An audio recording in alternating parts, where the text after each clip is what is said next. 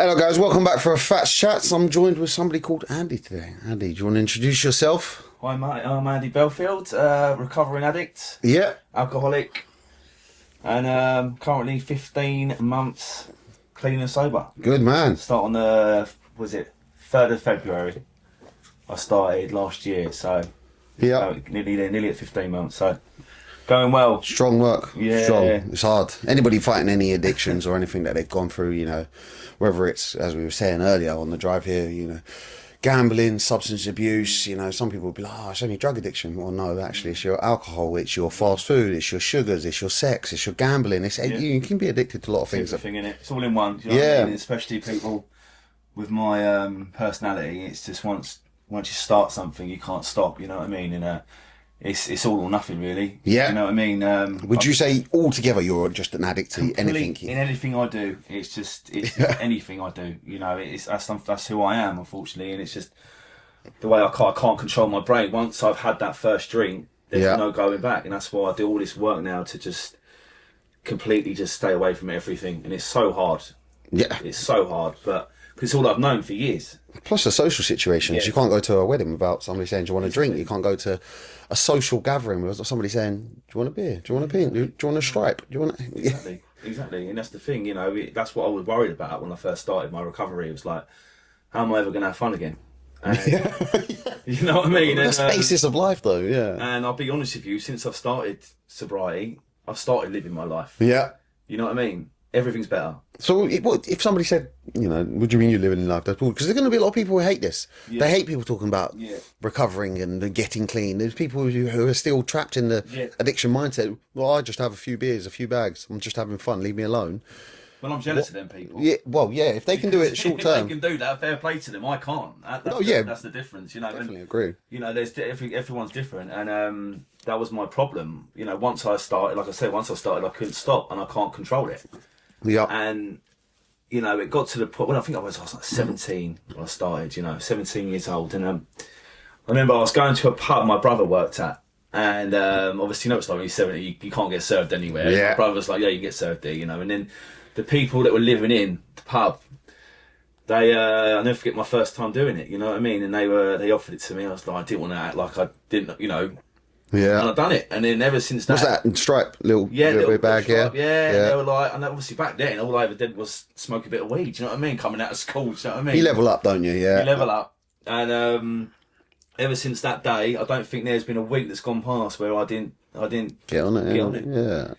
To the point where I just become completely, I think it was the last 2 years I was in complete full addiction, and where I purposely just cut everyone away from me, you know what I mean? And it was the reason why I did that. I was like, right, if people don't give a shit about me, I can just do whatever I want. Yeah. And it got to the point where it was just like, all I had left was my mum. No one really wanted much to do with me, and I don't blame them, do you know what I mean? I was losing everyone. I was losing all my friends. Because of your addictions? Because of my addiction. And it got to the point where it's like my mum was just like, I'm done. Yeah. I have tried to help you. You do not want to help yourself. And, it just got to the point where I was just like, fuck it, I'm 36, 35 back then. I was just like, I've got nothing to live for. Yeah. So this is, might as well carry on doing it. And I think that's half the problem with people nowadays. They've got nothing to live for. With addiction, once they're at that point, they're thinking, well, what have I got to live on? There's no point in me turning my life around. Yeah.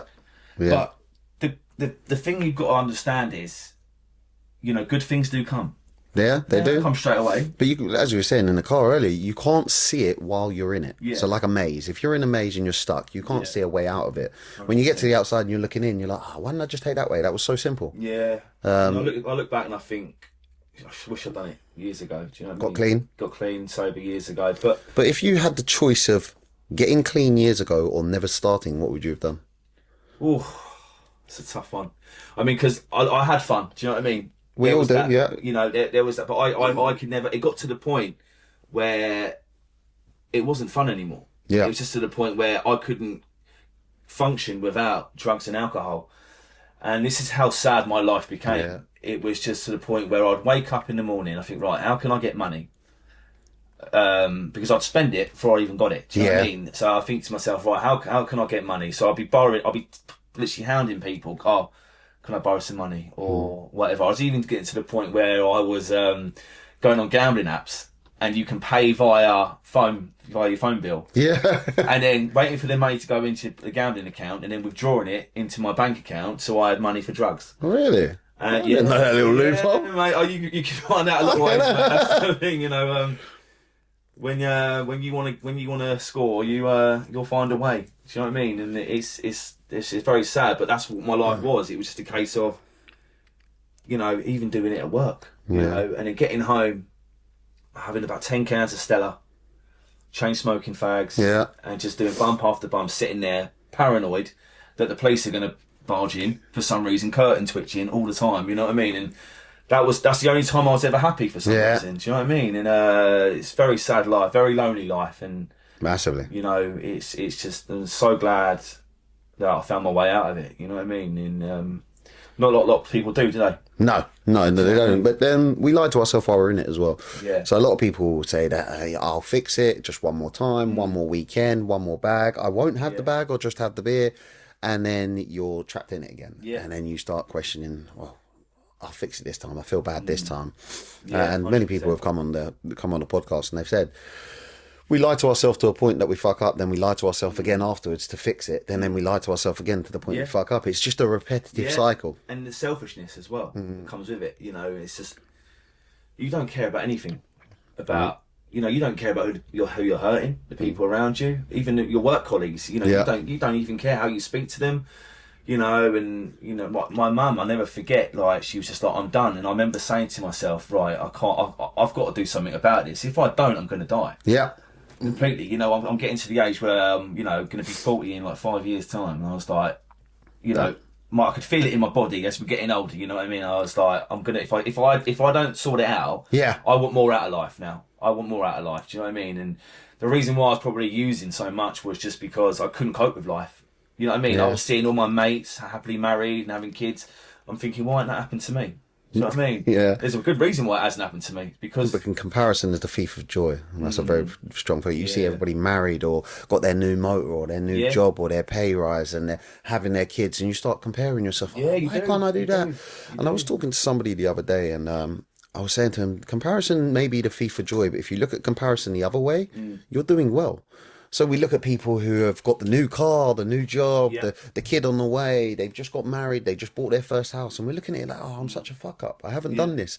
I can't believe I haven't achieved this much. But if you look at the other people that you grew up with, or the other people still addicted, and the other people where you've moved away from, they're still drinking every day. They're still waking up on the Tuesday afternoon, getting a bag in. So whereas comparison could be a thief of joy, if you look at everybody who's winning, comparison could be a way of you appreciating how far you've changed from everybody who's still losing. So I think it depends who you look at and how you look at life. Exactly. And a lot of it is, you know, like I say, Fatz, everything's better. Yeah. You know, my mum's happy. Yeah, that's the main thing. I've got a girlfriend who is the love of my life. Yeah, you know, and I'm so lucky that I know she's my forever person. She was put on this earth for me to be with. That's how much your person. I am so lucky to have her, and the reason why I keep going is for her. Like, she saved my life in so many ways, and we got a little girl on the way. Do you know what I mean? And congratulations! As well, we're in your soon to be dads, you know what I mean? Both little girls as well. Yeah, everybody I know is having a little girl. Yeah, it's mental, isn't it? But as we were saying earlier, and you're saying you're living now and you wasn't living before. Yeah. If somebody's watching this, well, I am living. I'm going out on a Friday night. I'm going out on a Saturday night. What's different about you living then on substance abuse and you living now? So, like, what?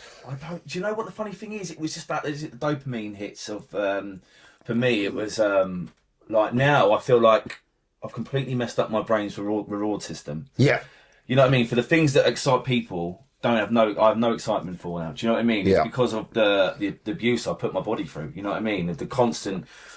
I mean, like I say, I was using cocaine day in, day out as much as I could. There was probably one day a week where I wasn't using, just to give my body a rest. But it's not a cheap habit either. No, it's not. And that's the thing. I was going through £90. Well, £90 a day just on substances, alcohol, and then I was finding money from gambling, and that's just daily. So you add it all up at the end of the week. It's a lot of money. So yeah. You know, before I was even getting paid, I had to pay out most of it out of people that I owe money to, and then borrowing more money. Mm-hmm.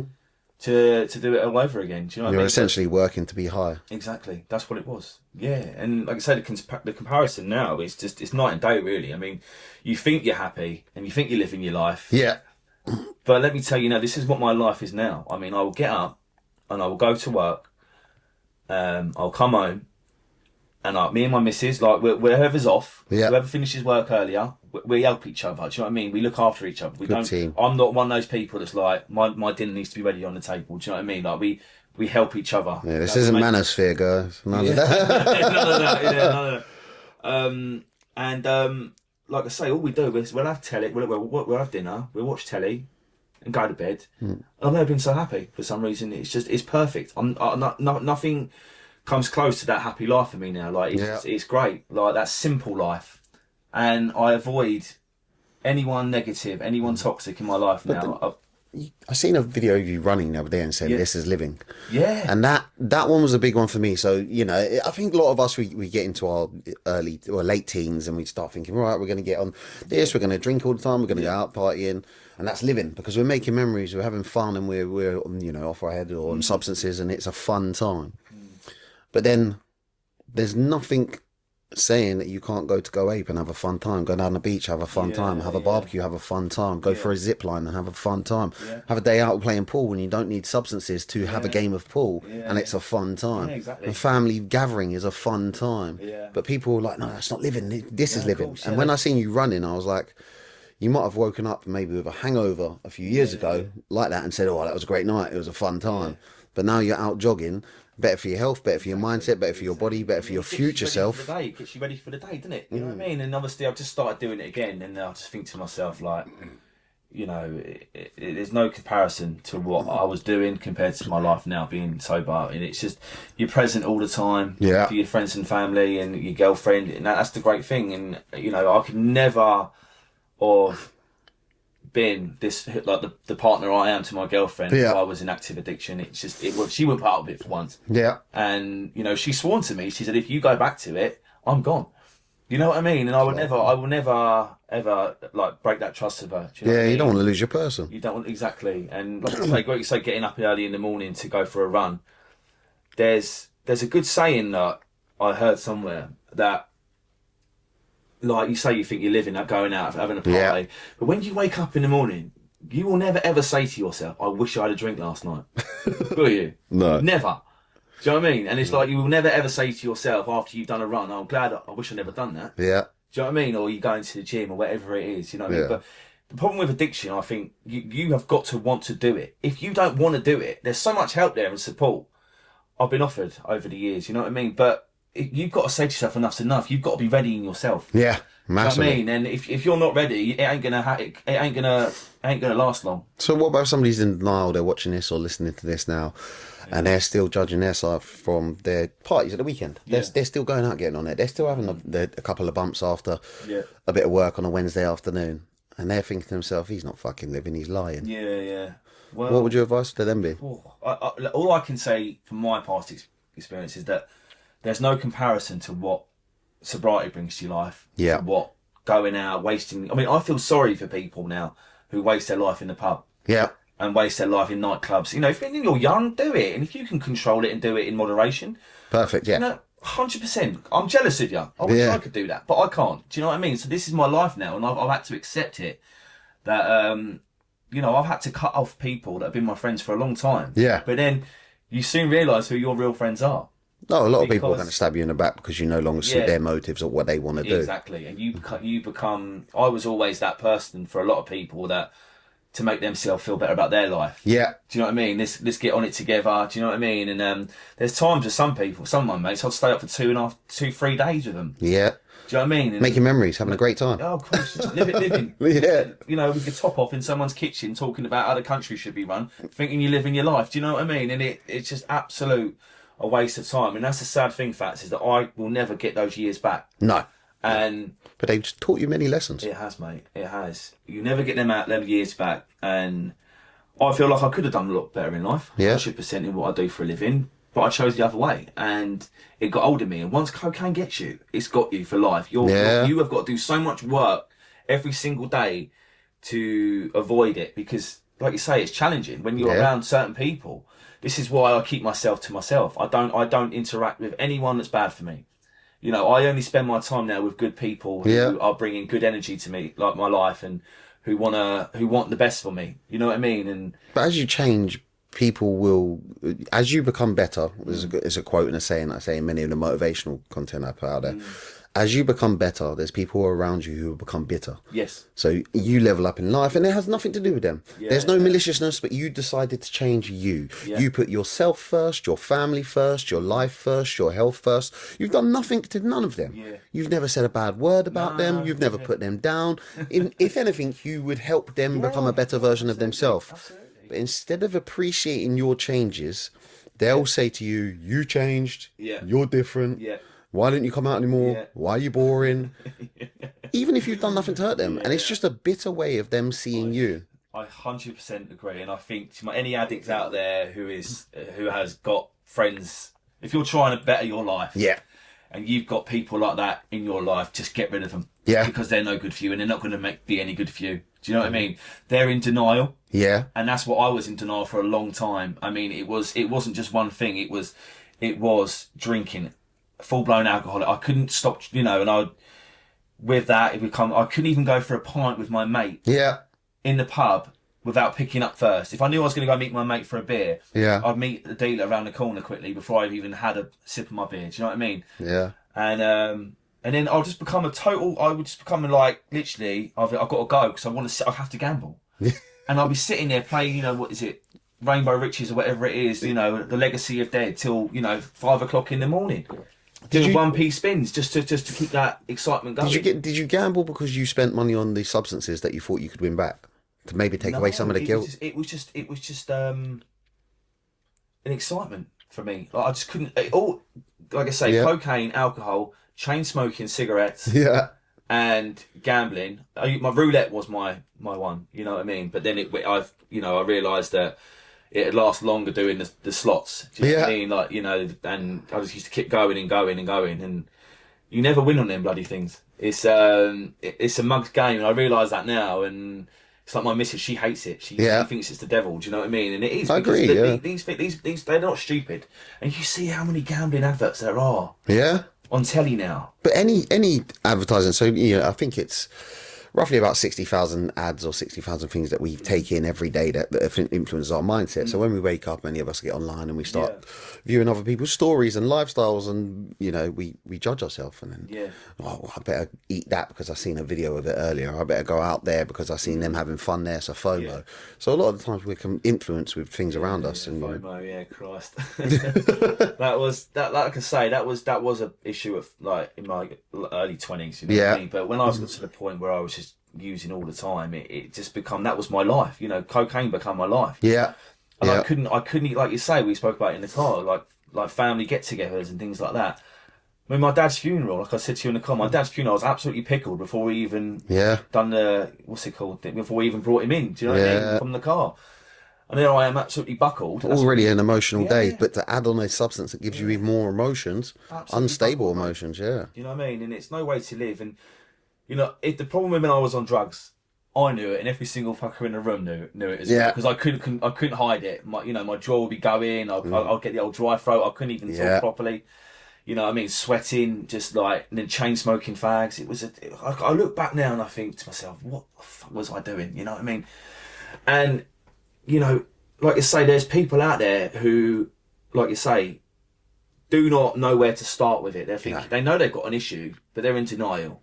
And it's affecting their relationship, affecting being a father to their kids, and it's like you've got to hit your rock bottom. I know it's a very cliche thing to say for addicts, isn't it? You know what I mean? You got to hit but you do. That's what it was for me. I lost everything, and man, you've got to hit your rock bottom, and before you want to, and like you say, you've got to want to do it. If you don't want to do it, it's not going to happen. You know what I mean? And it's so hard to stay, because like you say, it's socially accepted going out for a drink these days. It's the way forward. It's the way, you know what I mean? It's hard to.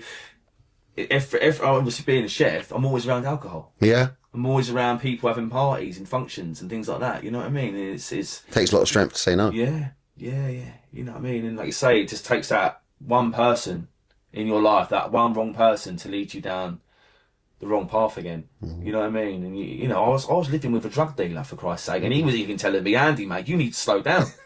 Do you know what I mean? When your dealers don't need to slow down. And he was living with me. Do you know what I mean? And there's, you know, and it's scary times. I'm very lucky to be here. Do you know what I mean? Very lucky to be here. You know, and it's but like I say, going back to just, I would never ever be able to. I think I've accepted the fact that I would never be able to have a drink for the rest of my life, and it's like my missus. She can have a couple of glasses of wine. I mean, she's obviously pregnant, but back when we first started going out, we'd sit in the flat, and she'd have a couple of glasses of wine, and I think, how are you doing that? Do you know what I mean? I don't get it. Like, who goes out to the pub and just has one beer? Do you know what I mean? It doesn't work for me, and because once I had that first drink, that was it. There's no going back.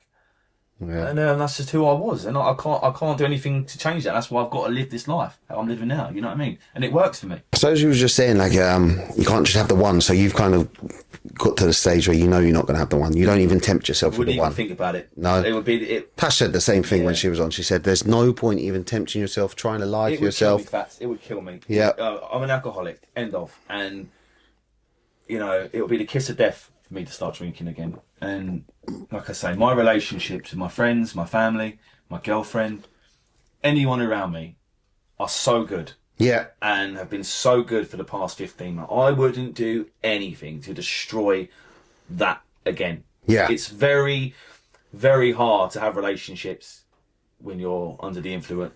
For me personally, yeah. You know, it was very hard to be a good son, to be a good boyfriend, to be a good friend when I was just a complete and utter waste of energy, you know what I mean? And always being high or drunk, you know what I mean? And did you think of yourself in that way when you was going through it? So you said you're a waste of energy, which was kind of a derogatory way of referring to yourself. Yeah. But while you was on the substances, did you think you was a bad person as well? No, because you're in complete denial about yourself. You think it's always someone else's fault. And the reason why I'm an addict is because my dad left me when I was a kid and my nan died. And my granddad died, then my stepdad died, you know what I mean? Then my real dad died, and it was just like, I can't cope with this. And then, you know what I mean? Oh, my ex used to beat me up, you know, and that was my own, you know, I stayed in that relationship because that was my fault. I should have walked away. But we can find things all the time to drink or drugs. Yeah. Of your own destiny. It's as simple as that. And as hard as it is at times, you know, you have to just take accountability for your own actions. And, you know, but it's so hard to just fall back into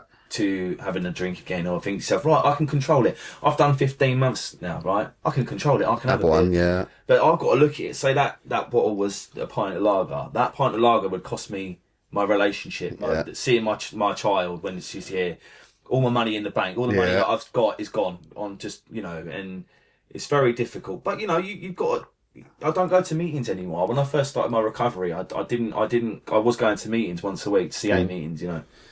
And it's good because it makes you feel like, you know, they help.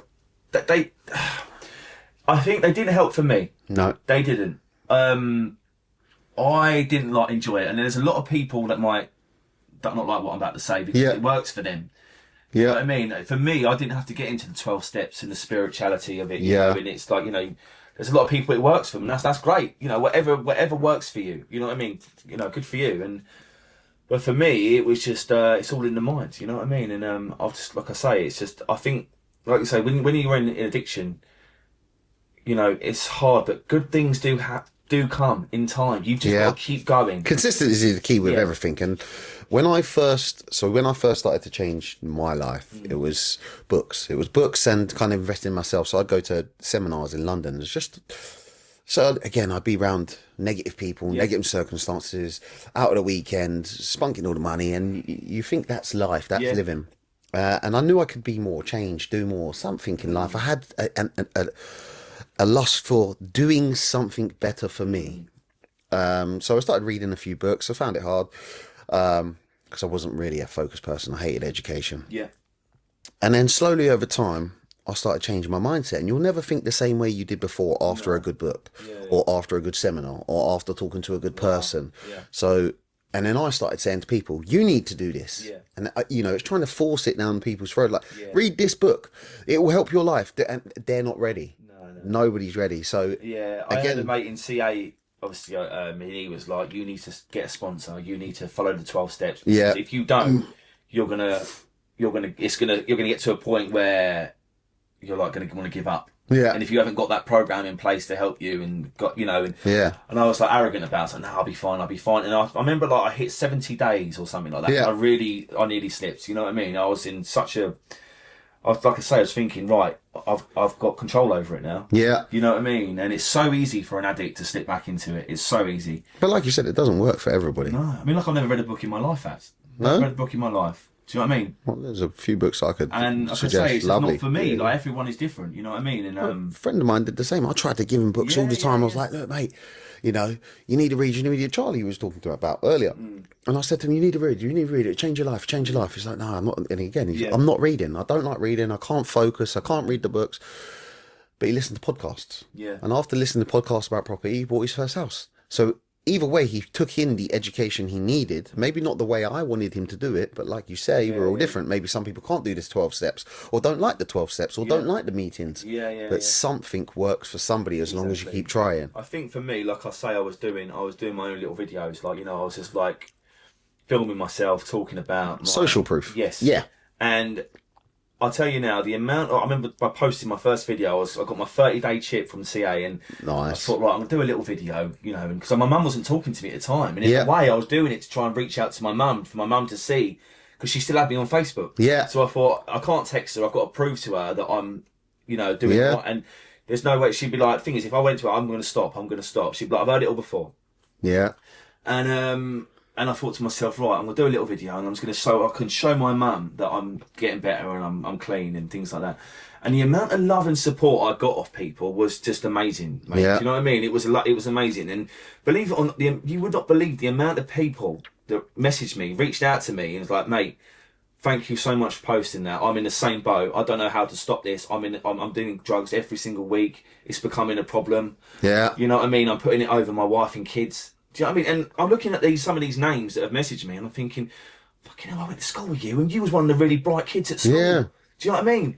Thinking you're going to do well in life. Do you know what I mean? You never know who you're influencing. No. You never know, and it can happen to the best of us. Do you know what I mean? And it's a funny one. I mean, me and my mum were talking the other day, and it's like my nan, bless her heart. I'm getting in for my paper round. I mean, I used to live in Hampton Park, and I'd go to that Pembury shop to get my papers. I'll do my paper round before school, and I'll go to my nan's to get changed for school, because she lived in Langley, right? Yeah. And I remember she'd be like, "Can you make me a cup of tea, love?" Right? So I'll make her a cup of tea, and she'd say, "Can you put a bit of whiskey in it for me?" Yeah. Right? Lovely. And then I'm thinking, at that age, I used to laugh at it, thinking, my nan's having a whiskey at this time in the morning, but you don't think nothing of it. No. But then my mum opened up to me about it. She goes, "You wouldn't believe the amount of arguments I had with your nan about, like, what's that?" It's a sign, isn't it? Bloody hell. What is that? What is that? Some kids. Yeah. There you go, it's off now. She'd crack open a bottle of Stella at like 10 o'clock in the morning. Yeah. And just drink all throughout the day. And then we come to think of it, think, shit, my nan was an alcoholic. She's not a horrible alcoholic. Yeah. But she couldn't get through the day without having a drink. Yeah. You know what I mean? And my mum functioning alcoholic, yeah. Functioning alcoholic. And my mum used to say to me, "You wouldn't believe the amount of arguments I've had with your nan over the years." Because like when she couldn't cope with a problem, I opened a bottle of gin. You know what I mean? She'd be like, "Why have you always got to have a fucking drink?" And that's where I get it from, I think. Yeah. From my nan, you know what I mean? And that addictive, you know, I couldn't handle things. And when things went wrong for me, I'd use and I'd drink. You know what I mean? And yeah, but referring back to what we were saying earlier, you know, you can find good and bad reasons to drink or take drugs. Everybody wants to go to a party or a beef or raves. Get fucked up. You drink, you take substances, you have a good time. Yeah. You lose somebody in your family, you lose your job, you're going through a hard time, you're going through depression. Drink substances because they take away the pain. Yeah, they do. So whether you're having the best time of your life or the worst time of your life, a lot of people turn to substances to either make it feel better or make it feel numb. 100%. So you know, it's easily said. I think that's exactly why I done it. I couldn't cope with life, mate. That's the bottom line. And I used to use cocaine just to lift me up, to block out all these horrible thoughts. So what would you say if your old self come to you now with that mindset? And he said, "I do cocaine because I need to deal with life." What would you say to your old self? That's a hard one. I mean, I don't know because you know, I think like you say, I go back and say what I was saying about I wish I'd done it years ago. Yeah. But everything I've done, Fats, in my life has led me to this point where I have become clean. Yeah. I'm sober and I've met the love of my life. Yeah.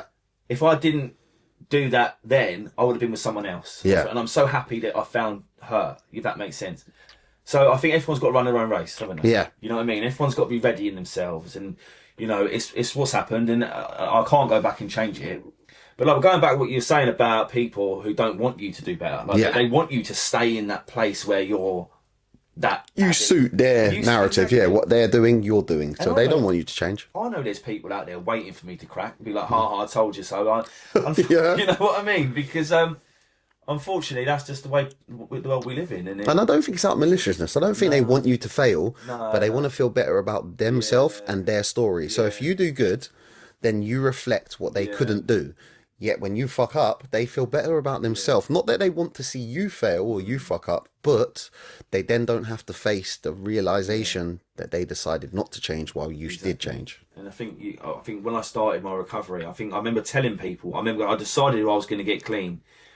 I think it was a month and a bit before I actually got clean. And I remember telling everyone at work, I'm going to wait till the staff parties are done and then that's it, I'm done. They all laughed at me. Yeah. Do you know what I mean? They're like, you ain't going to stop, behave yourself. You know what I mean? You're known for it. And that's the saddest thing. I was known for being Andy the bag. Do you know what I mean? Andy's always on drugs and everything like that. And it's easily done.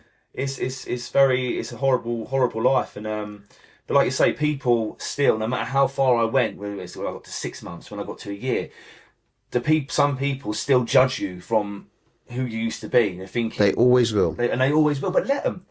That's what you got to keep winning. You got to keep like the day I stop is the day I proved everyone right. Yeah. You know what I mean? And you know, nothing. My life is so good now. I can't tell anyone out there now who is struggling with addiction or alcoholism. You know what I mean?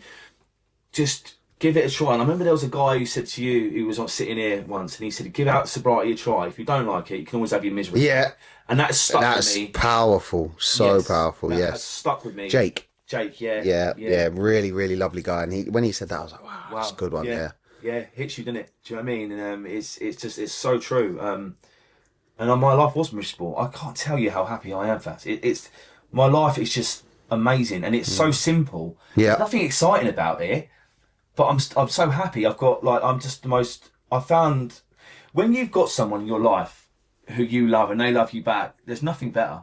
You know, you're helping each other, improving each other. A good team, yeah. Becoming a good team, and I know, you know, I can't wait to be a dad, mate. I'm just so excited because like everything I've done in life, I've done, you know, and I just want to be a father so much. Yeah. I'm so excited to be able, and the great thing about being sober is that I'm always going to be present for them, no matter what. And that's the great thing about my girlfriend. I am present for her all the time.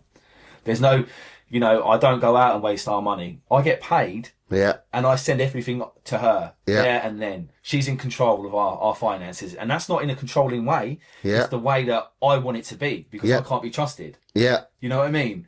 And it suits her. I mean, luckily I'm a chef. Women love that as well, don't they? You know, love a lovely bit of food at home, yeah. Do you know what I mean? And obviously I don't go out with my mates on the piss. And it's great because I'm there all the time. When she needs me, I'm there. You know what I mean? And that's something I'm looking forward to, being a dad. Like, what do you do with your mates? Somebody's watching this and they're like, "Oh, if you don't go out on the piss with your mates, what do you do?" So what do you do for you? So like a lot of people be like, "Oh, well, I like to go to the pub at the weekend," or like I had a barbecue the other day with my pals and it was nice. You know, we just chilled. We had a barbecue and it wasn't mad. We didn't have to go to the pub afterwards. We didn't have to pretend we're going to go play pool and turn up at 3 o'clock in the morning. It was just nice because we matured. But what do you do? If people are watching this and they're like, "Well, if you don't drink, what do you do with your mates?" Well, I like I say, I got back into me running and. Last year I was smashing the gym. It doesn't look like I'm big on anything, but it was something for the mind. You know what I mean? Yeah. To keep me busy. And I was going. Luckily, it was next door to my work, so I was going before work, on a break, and after work, so I could get home and be absolutely out for the count. Do you know what I mean? Knackered. And I love my football. You know, and I surround myself with people who are good for me. Yeah. And I'm not going to meet up with someone who I'm going to think, right, if I meet up with him, I'm going to have that urge to get on it. Do you know what I mean? And just surround myself with people like. Who I know are good for me. And unfortunately, that's what you've got to do. There's no two ways about it. You've got to be around good people. What about if you want to be around the people that you once knew, who you was once friends with, but you know you can't be around.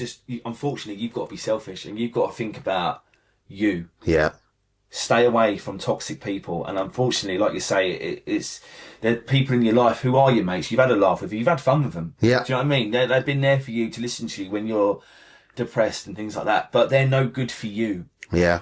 You have to you have to just say, look, I'll always be here if you ever a text or a phone call, but I can't be around you. Yeah. Negative for both of you. Yes, and there's people, like I say, good friends of mine who I still talk to, but I can't be around them. Can't be around them, mate. And it's just that's how I am. That's how I have to deal with my recovery. And then does that not refer back to what you were saying earlier about those people who will talk about the old you because they don't have access to the new you? Yeah. That's why you had to cut them off, because you had to change yourself. It's not maliciousness. It's not that you wish bad intent on them. It's just that you put yourself first. Yeah. Now they're angry at you for changing in a positive way, so they'll keep bringing up your negative past rather than your positive future. Exactly. And I think that's what a lot of people actually go through. They're like, they keep talking about the old me. Yeah. Well, unfortunately, sometimes in life, they are a part of your change. I generally believe that even the closest people around you, like, I can honestly count on one hand, I've got 4 or 5 genuine, real friends who want the best for me. Do you know what I mean? But there's a good, obviously I think people, they want you to do well in life, but they don't want you to do as well as them. No. Do you know what I mean? There's a lot of jealousy and bitterness, and I know a lot of people like that. There's a lot, I've seen group of friends acting like they're all matey and pally with each other, but then they slag each other off behind each other's back. You know what I mean? And that's why I say my life was filled with drama. Yeah. And I'm just not about that now. All I want is just to be a family man, me and my kid and my girlfriend, do you know what I mean? And my mum, you know what I mean? That's all I need. I do need like mates and everything. Yeah. I'm not saying I don't, but unfortunately, I've tried living that life. It doesn't work for me, mate. No. You know what I mean? And I can't put myself in a situation where I'm at risk of relapsing because I've got too much to lose now. Yeah. You know what I mean? And that's it. That's how I am. So I always say that people view you in the light that they held the most power over you. So people always see you as a person who's on the alcohol or the drugs because they don't want to see you in the light. So say you change your life, you've given up drink, you've given up drugs, you started a business, you're really wealthy, you've bought a house. They'll still see you as the geezer in the pub or geezer they work with. And I think it's more prevalent nowadays when you're working in a retail job and you're not going far, but somebody else is stacking the shelf down with you who's not going far either. You're not. There's nothing wrong with that. No, there's nothing wrong with it. It's hard work, mate. It's hard work, but they'll see you in a light where they held most power over you because you decide to drink at the weekend. So you're both in a normal retail job. You're both working, but because he doesn't drink or he doesn't take drugs, he feels like he's better than you.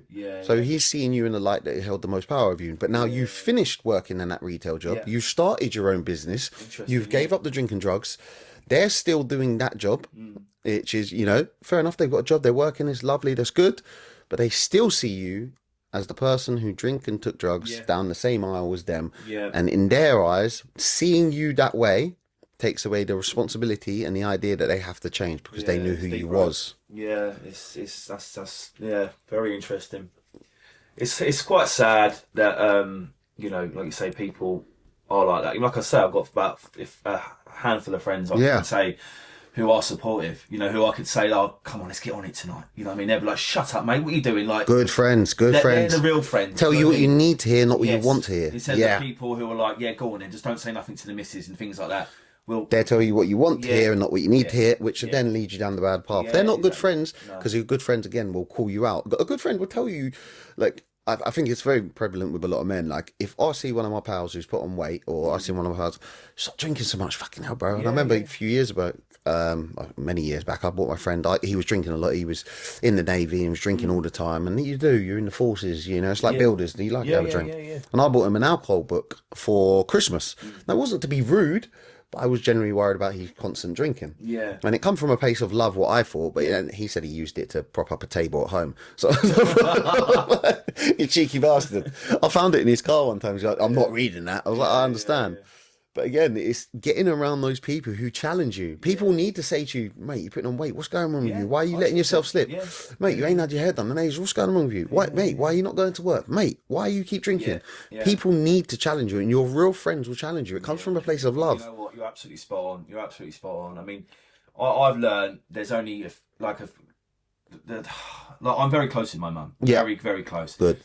And I've learned that she is probably the only person in this world that will only wants the absolute best for me. Do you know what I mean? And will stand by you no matter what. And I don't blame her for she had to cut all contact. She was like, I cannot do this with you anymore. Well, you're probably breaking her heart at the time, weren't you? So I put the shit I put my mother through. She don't deserve it. She's the most loveliest lady you'll ever meet. I bet she's over the moon, the changes you've made now. Oh mate, you know, like I say, it's just like it's I'm getting a bit deep now, but my brother, it's very difficult because we have a very strange relationship. Like he hardly speaks to me, Fatz. And I had to go and live with my mum before I moved back in. Me and Liv got a new place ready for the baby. Set up. I thought, right, I've got a flat. We both had a flat each, and I was just like, I need to save a bit of money for the deposit because I had nothing. You know what I mean? And you have to build things up. And I'd get home. I'd be like, "You all right, mate?" He just wouldn't say a fucking word to me, mate. And he couldn't get over it. And then my mum had to sit us both down. And I'm like, "Look, mate, I fucked up. Yeah. What else do you want me to say? I fucked up. I'm sorry. I couldn't be more sorry. You've got to let it go." Yeah. You know, and he's just like, well, you know, this, that, and the other, blah, blah, blah, blah, blah. And I'm like, okay, well, what do you want me to do? Do you want me to carry on being that person, or shall I just continue improving my life? Or are you still going to be bitter towards me? And I said, do you want to have a relationship with your niece or nephew? At the time, we didn't know what we were having. And he's like, yeah, of course I do. I'm like, well, how is that going to happen if me and you can't even speak to each other? Difficult, yeah. Do you know what I mean? I said, you've got to let it go. Yeah. You know, if mum can let it go, you got to let it go. Yeah. You know what I mean? And I've done so much making up to people. Like when I got... Sometimes you'll never do enough either, though. Because they want to be angry at you. You know, it's not to say your brother, but I mean, in general, people will want to be angry at you because it makes them feel better about themselves. So, you know, you hurt somebody, let's say, you know, 20 years ago, you hurt somebody because it was a night out and you had a fight. If that person's still holding on to the grudge, that says more about them than it does you. Yeah. I mean, everybody does bad things. Nobody's perfect. Nobody in this world is perfect. But everybody wants to point fingers with dirty hands. And it's a horrible way to live because we see things online, we see things in social media that makes us believe everybody's perfect. It makes us believe everybody's doing well. Yeah. And everybody's pointing fingers at each other saying, oh, you've done this, you fucked up here, you've done that. Yeah. If we actually took a little reflection and we looked at ourselves, be like, do you know what? I've done a bit of bag in my time. I've pissed off somebody in my time. I've lied in my time. I've drank. I've spent that money. I've fucked up that job. Many of us have fucked up. Yeah. So forgiving ourselves and others is one of the best things we can do. 100%, you know, and I think I look back now, like I say, I think to myself, why didn't I do it years ago? But you know, and it's hard. It's so hard. I can't tell you how hard it is, mate, to keep. Like, even we went, like, obviously, like, say, an addict, anything I do. Me and my missus went to the cinema the other night, see a new Michael Jackson film, right? Something so simple. Yeah. And it's just like, I found out I had some bad news on New Year's Eve. I had a doctor phone up saying, look, your blood sugar's through the roof, your triglycerides are through the roof, you've got type 2 diabetes, you know what I mean? And I'm like, oh my God. And it was the biggest wake-up call I've ever had in my life. Yeah.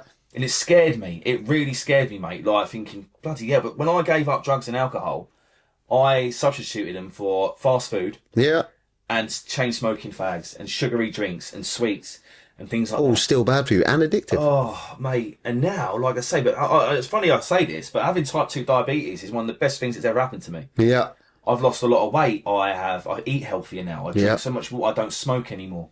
You know what I mean? And it's hard. You have to have such self-discipline. Yeah. You know what I mean? It's anything, and that's the thing. Like, I think to myself, like, Christ, I've given up drugs and alcohol.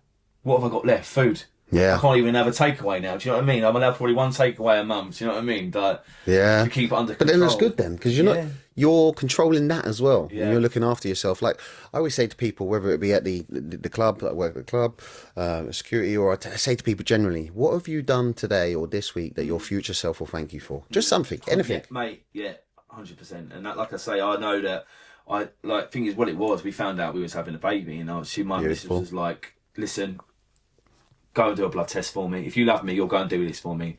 So of course I'll go and do it. And and I kept getting like really bad headaches. So I knew something wasn't right with me, and obviously it was to do with the blood sugar levels. You know what I mean? Yeah. Well, I was getting these really bad migraines, and then obviously, I'm very lucky with my missus because she's so good at keeping things under control for me. Yeah. In a way, she looks after me like a big kid, and there's no, it's nothing to laugh about. It's something to laugh about, but in a way, it's how I am. Yeah. And she, in a way, I think a part of her enjoys doing it as well. Do you know what I Yeah. mean? It's nice, but we're so happy, mate. We're so happy. Women have got good mothering instincts anyway. They're just good in that aspect of life. And I think that's the good thing about men and women. We're very different, but we have our strengths equally.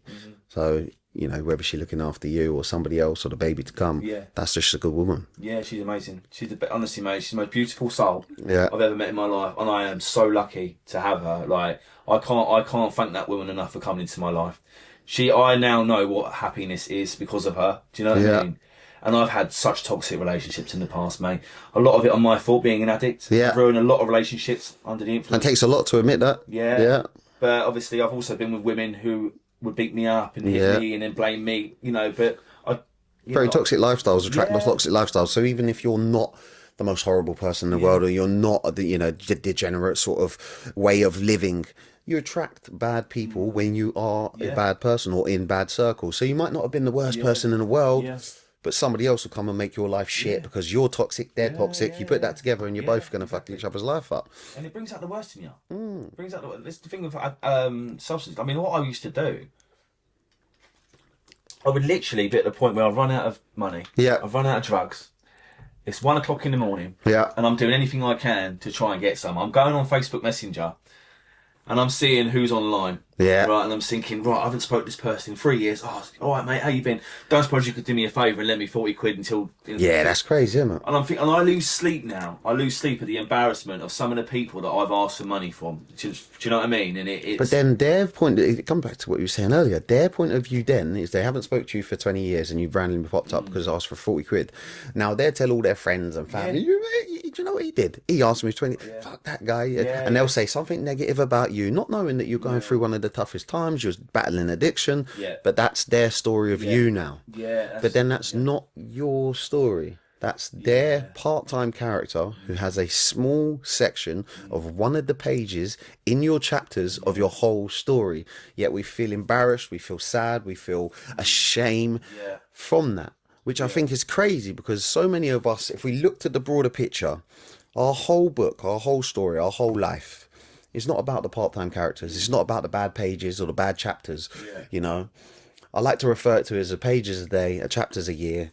And you get what you get. You get roughly 80 chapters in your book. Wow. Just because you fucked up one point or you've asked somebody or got that downside, that doesn't mean your whole story's over. That doesn't mean you can't have good chapters coming up. That doesn't mean that everything before that was shit. It's just that small section of that small page that just really fucked you up in your head for a bit. Yeah, 100%, mate. And the thing is, like I said, I can't go back in time and change who I was, mate. No. I was who I was. I was an absolute knobhead, and I was horrible, and I was, but this part of my life now has got to mean something. But look at that responsibility you just said. I'm going to be a father. I want to be the best dad I can be. I want to be the best partner I can be for my girl because she deserves that. And I'll always say, the best version of myself still isn't good enough for my missus. Do you know what I mean? And it's like you say, it's scary because like you say when you think right. Well, when I get married, I'm not going to have a drink on my wedding day. Do you know what I mean? Yeah. I can't even have a pint on my wedding day. Yeah. I can't even go to it's just around, and it's around everyone's day-to-day life. So much alcohol is just, I mean, like, I think I don't drink now. My mum doesn't drink. Yeah. Because she sees that, she goes, well, what good does it bring my life? You know what I mean?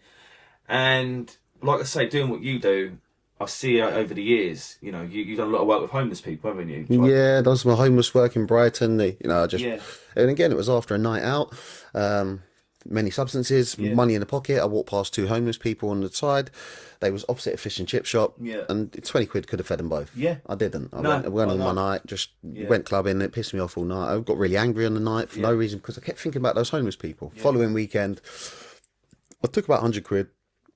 And I bought a hat, scarf. It was around winter time, and I just went back to Brighton and I gave about 17 to 20 people some food and clothes. That was it. That's all I did. And the feeling from that, better than any, far beats any drug or drink that you've ever done. And it's just helping random people for a random reason. And I got the same satisfaction, different, but the same satisfaction of oh wow, people think this is good, whereas other people think getting messed up and drinking drugs and substance abuse is good. But I'm telling you now, like you know yourself, going for that run, going for that workout, spending time with family, helping other people, doing things in life can give you the same or similar satisfactions to getting on it. And I think, like you say, giving something back is Yeah, a key part. it was yeah. You know, like I remember I was walking in town with my mate, and this homeless guy was just asking us for a bit of money, and he's like, "Fuck," like, you know, I'm like, "Why have you got to be like that? You have no idea what's gone on in that guy's life to judge him the way you're being." Pointing fingers with dirty hands. We're only one paycheck away from being homeless ourselves. That's so true, and that's me. Even, you know, that was me. I mean, not now. It's nice to know, because another part about sobriety is I never have to worry about money anymore. Do you know what I mean? And it's always, money's always in the bank, and that's one thing I want to be as a father, like, to always know that I can provide. Yeah. And there's the amount of people that I speak to who have got kids, and they're more than happy. They'd happily spend their last 500 quid on a night out, then spend it with their children. And now, the way I am now, it feels bonkers to me. But the addict I was back in the day, I would have done exactly the same thing. But I think a lot of people, again, you know, they'll buy. They go to the shop, get a cheap toy for their kid, take a picture of their kid playing with their new toy, put it on social media, then spend 400 quid at the weekend, get messed up, drink drugs, leave the kid at the grandparents, and be like, "Look, I'm a great parent. I bought them the cheapest toy I could for a £5. Yeah. Palmed them off to the grandparents, and now I've got messed up with all my friends, and I do it every week. Yeah. It costs you 20 quid a month to get rid of your kid at the weekend, so you can pretend that you're a good parent, then go out and get messed up. 100%. Yeah. But that's, again, us pointing fingers at other people saying, "I'm a good parent. Did you not see what I posted? Yeah, Did you not see what I bought?" That's the problem with social media, isn't it? Saying it's all fake. People only post what they want people to see. Yeah, and again, it comes back to homelessness. You know, they'll be like, "Oh, these bums, these homeless people." Yeah. But you're one paycheck away or a couple paychecks away from being homeless yourself. Scary, isn't it? You're 2 drinks or a life event away from being an addict. Yeah. People don't realise it because they're just not in it yet. Yeah. But we could all slip. We all got our bad faults. Yeah. We all can go down a bad path. Yeah. So judging people and pointing fingers all the time. What happens to the best of us, doesn't it? You look at all these celebrities who just, they've got all the money in the world to keep going and going. You know what I mean? And like I say, I watch a lot of it's become the new trend, I think, now, isn't it, to get sober? Yeah, so many people are doing it. Like, I mean, I love the idea of, you know, people being sober, but I also agree that, you know, when you get into your 18s and you want to go out and party, great. Go to a rave, have a lads holiday, go party with your girls, go do what you want to do. Yeah. But when you're lying about it, when you're getting into debt, when you're doing the packet on a Tuesday morning before work, that's addiction. Yeah. When you go out once a month and you get on it and you have a good time and that's it, and you've let loose, and then you go back to work and you still go to the gym. Perfect. You're living a good balanced lifestyle. It's not to say you could never drink again, you can never take drugs again, you can never do anything fun again. It's to say there's a lot of people who lie to themselves, who are addicts, but they lie to themselves saying, "I've got it." But that's the problem with me, where I can't control it. It's like, it's this life or nothing. You know what I mean? I will go back to being that person if I just had that one drink. And it's quite scary to think now, because once I had that first bit, I wouldn't give a shit. I'd lie to my missus. I'd be like, "Yeah, I'll be home at 6. I won't be home at 6. No. Do you know what I mean? But then there's a lie you told yourself as well. It's not like you intentionally decided to lie to her, or you intentionally decided to lie to your friends or family. It's because you'll say to yourself, "Yeah, I'll have one more and I'll be home at 6. But then when you get to 5 to 6, you're like, "I'll have one more, they'll be fine." And then you're out at 9, 10, 1 in the morning, and you're like, "One more will be fine." Exactly. But just wrapping up, if somebody's watching this, listening to this, and they've maybe got some doubts, they maybe think they're going through some shit, what would be your first bit of advice for somebody to try and change their life? Oh, mate, I think I like to think that I'm living proof that you can. If I can do it, anyone can. I was so bad. My addiction was horrendous. It was, so bad, mate. And like I say, you've just got to keep going one day at a time and take that step and say to yourself, enough's enough. Yeah. You can't live like this anymore. It doesn't. Being an addict and having drugs and alcohol in your life doesn't bring you nothing. It brings you nothing but misery. Yeah. You know, and you might be scared to think, well, I don't want to stop because I'm never going to have fun again in my life. Trust me, let me tell you now, it's so much better. Yeah. It's so much better. It doesn't come right away, but good things do come eventually. You just got to keep going. I mean, I was 5 months into my recovery before I even anything good started happening for me. Yeah. You know what I mean? Because I had a lot of work to do to prove to people You know what I mean? But like I say, just give it a go. And if you, like you say, you can always go back to it and be miserable, can't you? Yeah, You know that's what what I mean? she said. But it's been good to talk to you today, mate. Thank you very much. Thank you. Thank you very Thanks, much. bud. Nice one. Hey, we're out, guys. Peace.